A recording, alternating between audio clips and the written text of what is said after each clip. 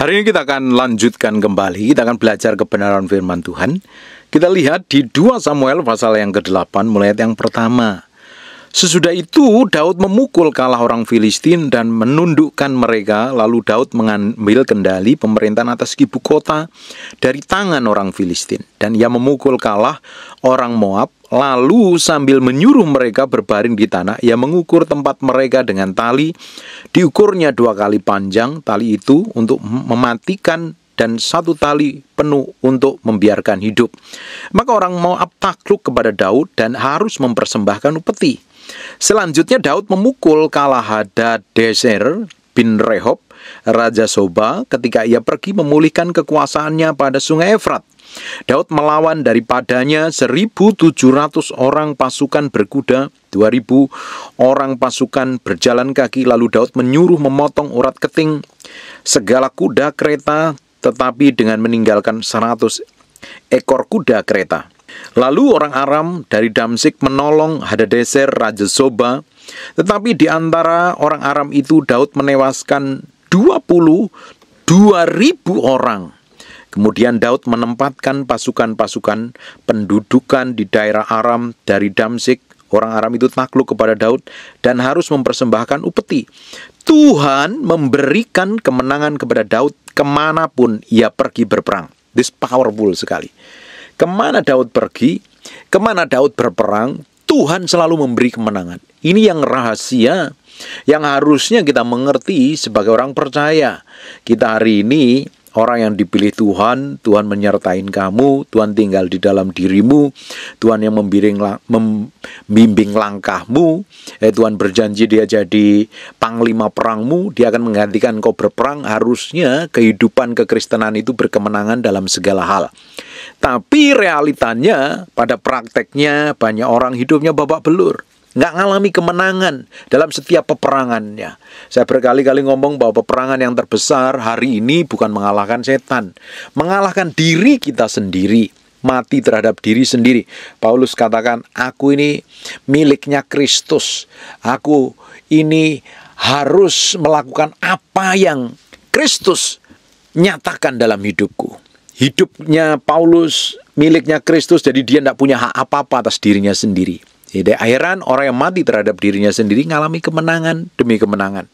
Bapak Ibu, banyak orang yang ngaku orang Kristen, ngaku orang percaya, tapi hidupnya babak belur. Keluarganya berantakan, pernikahannya hancur, anak-anaknya liar. Semuanya jadi berantakan. Kenapa? Makanya meski koreksi diri dan selidikin diri, sebenarnya perjalanan hidup itu disertain Tuhan apa tidak? Kadang kita ngaku disertain Tuhan, tapi semua keputusan yang kita ambil berdasarkan ide dan gagasan kita sendiri, bukan jalanin kehendaknya Tuhan. Saya sudah ngomong berkali-kali Bapak Ibu, kalau kita mau sukses dan berhasil dalam segala hal, ikutin apa kata Tuhan, jalan terus ngikutin apa yang Tuhan mau, dengar apa yang Tuhan inginkan dalam hidupmu, dengar suaranya, lakukan bagianmu, dan kau akan melihat breakthrough dan terobosan secara ilahi. Jadi bagian kita itu berjalan sesuai dengan ketetapan ilahi. Kita ngikutin apa yang Tuhan mau. Langkah kita tepat seperti apa yang Tuhan inginkan dalam hidup kita. Sehingga kehidupan kita setiap hari berkemenangan. Bapak Ibu, kita tidak bisa mengalahkan diri kita sendiri kalau kita nggak menaklukkan diri kita kepada firman. Orang yang dipimpin Roh Kudus adalah orang yang menyerahkan dirinya, menaklukkan dirinya sepenuhnya di hadapan Tuhan. Orang yang mendedikasikan dirinya sepenuhnya di hadapan Tuhan.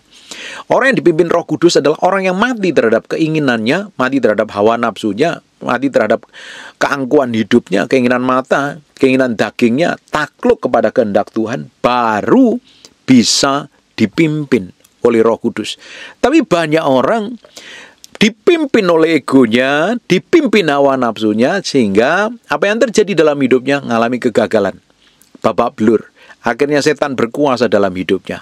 Makanya menaklukkan diri sendiri ini adalah bagian yang harus kita alami setiap hari, supaya kita terus mengalami kemenangan demi kemenangan. Berjalan step by step, berjalan dalam pusat kehendak Tuhan, mengalami breakthrough dan terobosan dalam segala hal. Kita akan mengalami kemenangan seperti yang dialami Daud.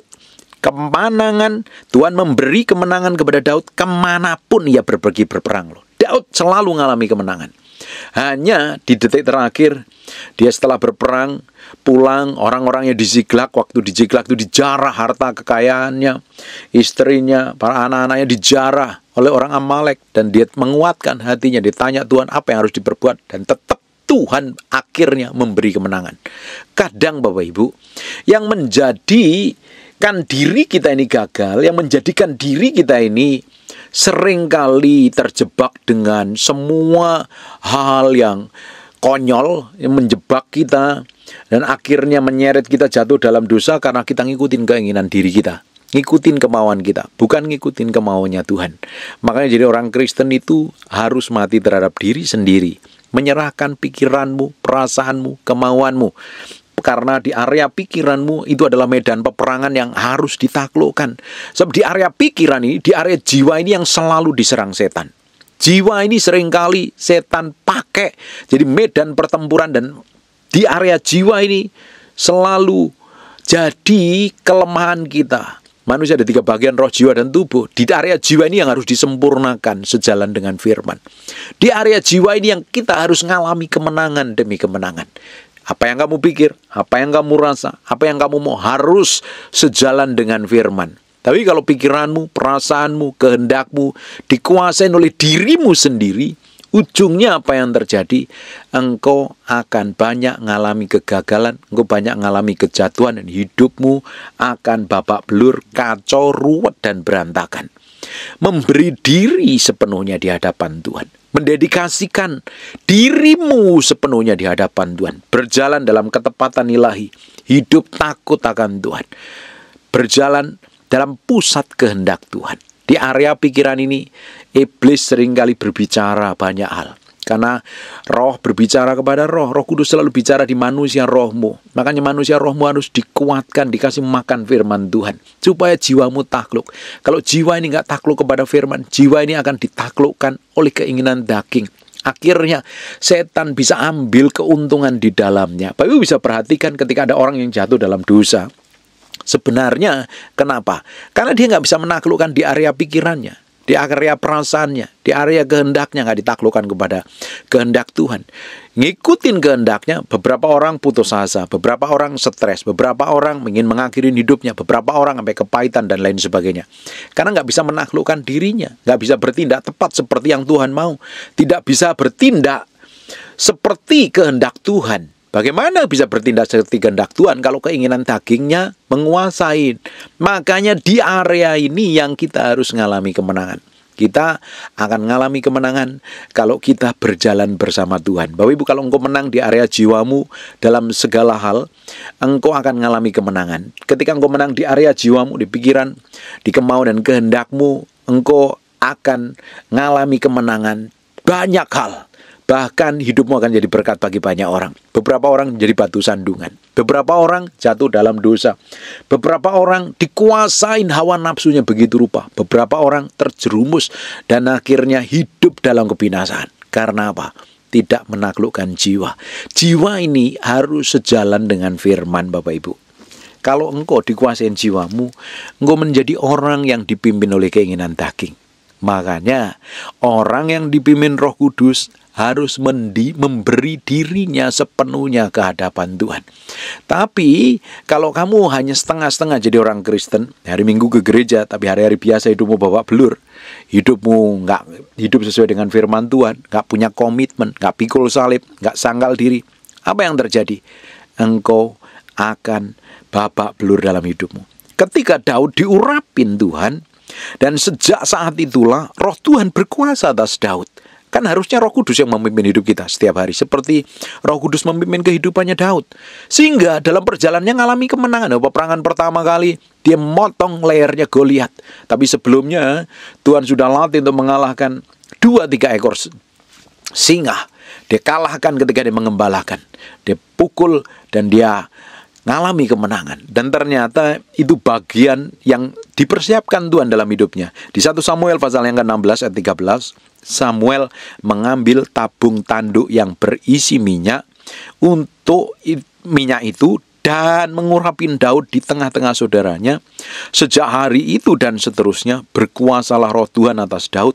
Lalu berangkatlah Samuel menuju Rama. Setelah Roh Kudus berkuasa, Roh Tuhan berkuasa atas Daud, dia mengalami kemenangan. Tidak heran perjalanannya Daud, peperangannya Daud selalu kemanapun dia pergi mengalami kemenangan. Hidupmu ingin mengalami kemenangan dalam segala hal, engkau harus dipenuhi oleh Roh Tuhan setiap hari. Pengalaman dipenuhi Roh Kudus bukan waktu Bapak Ibu mungkin dilawat Tuhan, ditumpangi tangan hamba Tuhan, didoakan dengan tanda, dapat tanda berbahasa lidah. Itu pengalaman awal. Harusnya setiap hari kita harus mengalami kepenuhan Roh Kudus. Seperti ini kisah para rasul. Dari pasal pertama sampai pasal akhir. Tidak heran para murid-muridnya hidupnya penuh kuasa, hidupnya penuh otoritas, jadi dampak yang memberkatin banyak orang. Dan apa yang terjadi? Mengalami kemenangan demi kemenangan. Sekalipun dia melihat mujizat, tanda-tanda menyertai, tetap ada aniaya, tekanan, himpitan, persoalan akan tetap datang. Tetapi dia melakukan kebenaran dan banyak orang diubahkan. Kalau hidup kita ingin efektif dalam semua pelayanan, hidup kita mengalami breakthrough dan terobosan, engkau harus mengalami pengalaman pribadi dengan Tuhan, dipenuhi Roh Tuhan seperti Daud, diurapin Tuhan setiap hari. Hidupmu akan mengalami breakthrough dan terobosan. Banyak orang Kristen gagal, banyak orang Kristen terjerumus, banyak orang Kristen jatuh dalam dosa, banyak orang Kristen memulai dengan roh dan mengakhiri dari daging. Kenapa? Tidak menaklukkan diri sepenuhnya kepada Tuhan untuk dipimpin Roh Kudus. Hanya orang yang mati terhadap dirinya sendiri, menaklukkan dirinya di hadapan Tuhan, baru bisa dipimpin Roh Kudus. Hidupmu akan mengalami kemenangan. Rahasia kemenangan kita ini, kalau kita dipimpin oleh Tuhan, berjalan dalam ketepatan Tuhan. Daud mengalami kemenangan karena disertain Tuhan. Bapak Ibu bisa bayangkan setiap hari kita ini mengalami peperangan. Bapak Ibu bisa memutuskan hal yang buruk atau hal yang jelek. Setiap hari kita diberhadapkan dengan ribuan keputusan yang harus kita ambil. Kita mau hidup sejalan dengan firman, hidup kudus, atau hidup melakukan dosa. Kita punya integritas atau tidak. Semua keputusan kita harus dasarnya firman Tuhan. Bapak Ibu, kita setiap hari diperhadapkan dengan ribuan keputusan yang harus kita segera ambil. Bapak Ibu bisa bayangkan kalau Bapak Ibu nggak ngerti firman, keputusan apa yang Bapak Ibu ambil ketika hadapin masalah, ketika hadapin tekanan, ketika hadapin himpitan persoalan. Kalau engkau nggak ngerti firman, kamu bertindak sesuai nalarmu loh, sesuai pengalamanmu. Padahal Tuhan punya ketetapan dalam hidup kita. Hidup yang aku hidupin hari ini miliknya Kristus, bukan hidupku sendiri. Itu baru bisa dipimpin Roh Kudus. Tapi kalau hidup yang kita hidupin hari ini adalah untukku, untuk memuaskan egoku, memuaskan hawa nafsuku, ujungnya apa? Engkau akan terjerat, engkau akan jatuh, engkau akan terpuruk, engkau akan jadi orang Kristen yang kedagingan, rajin ibadah tapi babak belur, ikut ke gereja, ikut pelayanan tapi jatuh dalam dosa. Hidupmu dikuasain emosi, engkau nggak hidup berkenan di hadapan Tuhan, hidup menjadi batu sandungan. Marahnya, emosinya, ngamuknya, kepahitannya masih begitu menonjol. Karakter buruknya semakin menonjol. Harusnya kan orang semakin kenal Tuhan, semakin diubahkan. Tidak heran orang-orang yang dipimpin kedagingan ini babak belur, hancur, berantakan. Ya rajin ibadah, ya pelayanan, tapi kelakuannya, karakternya tidak mencerminkan kehidupan seperti Kristus. Padahal kata Kristen pertama kali disebut di Antioquia artinya pengikut Kristus. Perjalanannya orang di zaman itu yang ngikutin ajarannya Kristus, ngikutin kelakuan sikap yang dihidupin oleh Yesus. Tapi hari ini hanya sekedar agama. Kalau Kristen sekedar agama, itu seperti Bapak Ibu hanya pakai jubah, tapi di dalamnya engkau pakai pakaian lamamu. Kekristenan itu bukan agama. Kekristenan itu adalah kehidupan yang dibangun dengan keintiman bersama Tuhan. Itu hubungan pribadi dengan Tuhan. Makanya Bapak Ibu harus memiliki pengalaman pribadi dengan Tuhan. Kalau engkau mengalami pengalaman pribadi dengan Tuhan, hidupmu akan diubahkan. Hidupmu akan dipimpin berjalan dari kemenangan satu pada kemenangan yang lain. Karaktermu diubahkan, kelakuan, sikap, dan tindakanmu akan mempermuliakan nama Tuhan. Banyak orang hari ini hidupnya akan mempermuliakan nama Tuhan. Tidak heran jadi batu sandungan. Tidak heran babak belur.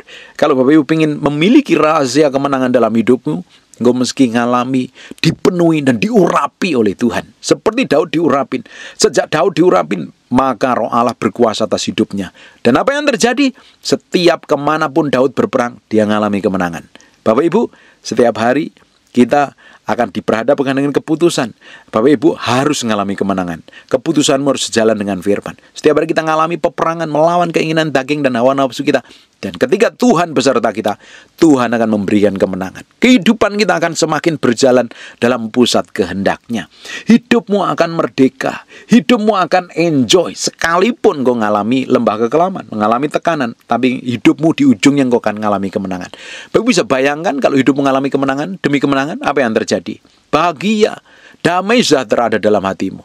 Kalau hari ini hidup tertuduh dengan dosa, hidup jadi batu sandungan, hidup isinya ribut, hidup isinya caci maki, hidup isinya nggak tenang, kacau, berantakan, ya harus belajar, koreksi diri. Coba perhatikan, ada orang-orang yang bangkrut dalam bisnis. Saya pernah mengalami bisnis bangkrut.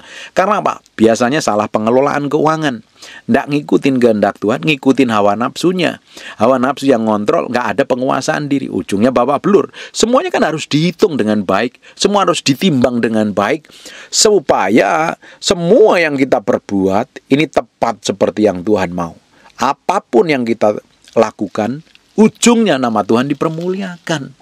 Tapi kalau kita ini bertindak, terus kelakuan kita ini tidak sejalan dengan firman, keputusan kita yang kita lakukan semau kita sendiri, hidup kita jadi trouble di mana-mana, keluarga kita berantakan, anak-anak kita liar, hidup kita selalu ribut dimanapun ditempatkan. Apa yang terjadi? Karena kamu nggak bisa menguasai diri loh. Kamu nggak bisa menaklukkan dirimu sendiri di hadapan Tuhan. Kita harus bisa menaklukkan diri kita di hadapan Tuhan. Mendedikasikan hidup kita ini sepenuhnya di hadapan Tuhan. Untuk kemuliaan namanya. Untuk keagungannya. Supaya perjalanan hidup kita ngalami kemenangan demi kemenangan. Tidak babak belur. Tidak stres terus. Tidak sumpek terus. Tapi sekalipun engkau mengalami tantangan, engkau tahu harus bertindak seperti apa. Engkau tahu harus bersikap seperti apa. Semakin powerful. Karena orang yang menang di medan perang, dia berhak mendapatkan jarahan. Orang bisa menang di dalam peperangan, dia bisa disebut pahlawan. Bagaimana kalau hidupmu babak belur terus? Mengalahkan diri sendiri aja tidak pernah bisa. Kamu justru dikalahkan oleh kedagingan dan hawa nafsumu. Kamu terjebak dengan semua perbuatan dagingmu. Ujungnya apa yang terjadi? Babak belur, kacau dan ruwet. Berjalan, ikutin Tuhan. Dalam pusat kehendak-Nya, engkau akan menikmatin semua keajaiban dan kedahsyatan Tuhan. Hidupmu akan mengalami breakthrough dan terobosan. Apapun yang Bapak Ibu alami ketika engkau disertain Tuhan, ada pengharapan engkau. Selama kamu cari Tuhan, selama kamu disertain Tuhan, kejar Tuhan. Selama hatimu nempel sama Tuhan, minta Roh Kudus memimpinmu, minta Roh Kudus membimbingmu. Dia akan membimbing engkau mengalami kemenangan demi kemenangan. Karena dia Bapa yang powerful. Hidupmu akan mengalami breakthrough dan terobosan. Masih ada masa depan yang penuh pengharapan bersama Tuhan. Tutup matamu, tutup Alkitabmu. Kita berdoa. Bapak, terima kasih buat firman-Mu. Kami materkan firman ini dalam darah anak domba Allah. Firman nempel dalam hati kami. Berhari-hari, berminggu, berbulan-bulan firman menjadi kehidupan. Dan mau berdoa setiap orang yang mendengar firman ini diberkatin Tuhan, ngalami breakthrough, ngalami terobosan. Apa saja yang dikerjakan tangannya, Tuhan bikin berhasil. Terima kasih ya Tuhan, kami kembalikan segala hormat, pujian, pengagungan. Nah, mau berdoa orang yang sakit dan mengalami kelemahan tubuh oleh bilur Yesus, oleh darah Yesus. Jadilah tahir, jadilah pulih, jadilah sehat, dan hidupmu menjadi berkat bagi banyak orang, mempermuliakan nama Tuhan. Dalam nama Yesus kami berdoa, ucap syukur, haleluya, amin, and God bless you. Terima kasih siang hari ini. Terima kasih Tuhan. Terima kasih Tuhan. Kau baik, Kau baik. Lihat sampai kedalaman hati kami Tuhan. Koreksi dengan firman-Mu, bahwa kami menjadi serupa segambar dengan Engkau. Kami hanya ingin menyenangkan hati-Mu, bukan yang lain Tuhan. Dapatin hati kami menyenangkan hati. Siang hari ini Roh Kudus, kami memberi hati kami untuk Engkau, untuk diubah, dijamah, dilawat Tuhan. Enggak ada yang lain yang lebih mulia selain Engkau. Enggak ada yang lain Tuhan. Buat hati kami nempel dengan Engkau Tuhan. Pikiran dan perasaan kami menyatu dengan Engkau, sehingga kami ngerti apa yang Engkau mau dalam hidup kami. Dalam nama Yesus. Haleluya. Amin. We thank you, we praise you, we adore you. We thank you, we praise you, we adore you. Terima kasih siang hari ini. Terima kasih Tuhan. Terima kasih. Terima kasih.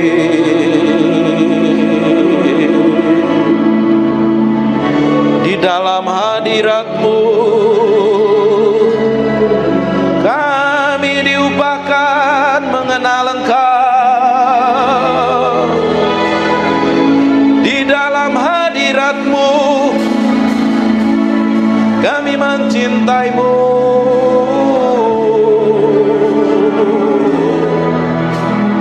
Mencintaimu, Roh Kudus. Roh Kudus.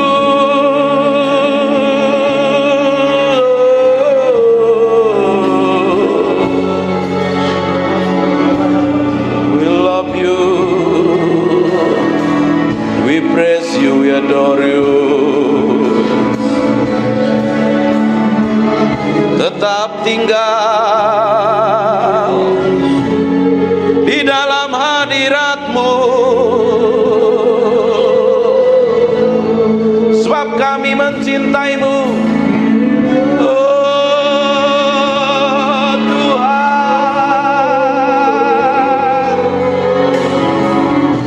Tuhan, Tuhan.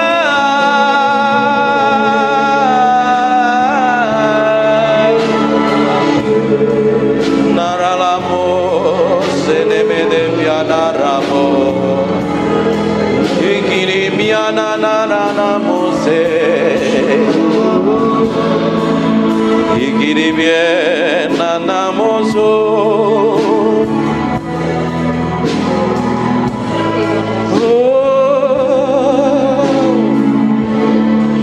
We praise you, we praise you, we praise you.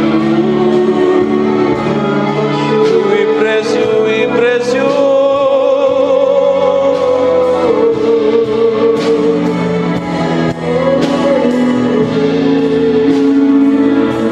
Berlama-lama dalam hadirat-Mu,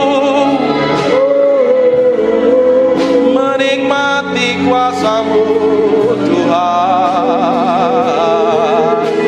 Tuhan, inananaramore, ikinemiananaranamos. Terima kasih Tuhan. Biar roh hikmat wahyu turun di antara kami, menyingkapkan pribadi-Mu yang ajaib, sehingga kami mengerti kehendak-Mu, berjalan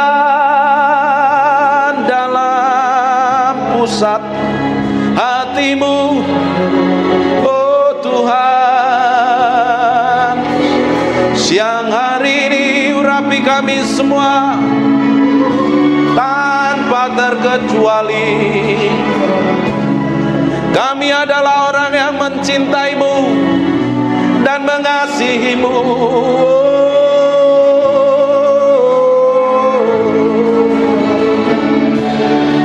Haleluya, haleluya, haleluya. Terima kasih. Yang merasakan hadirat Tuhan kasih tepuk tangan yang meriah. Hanya untuk Raja yang mulia. Haleluya.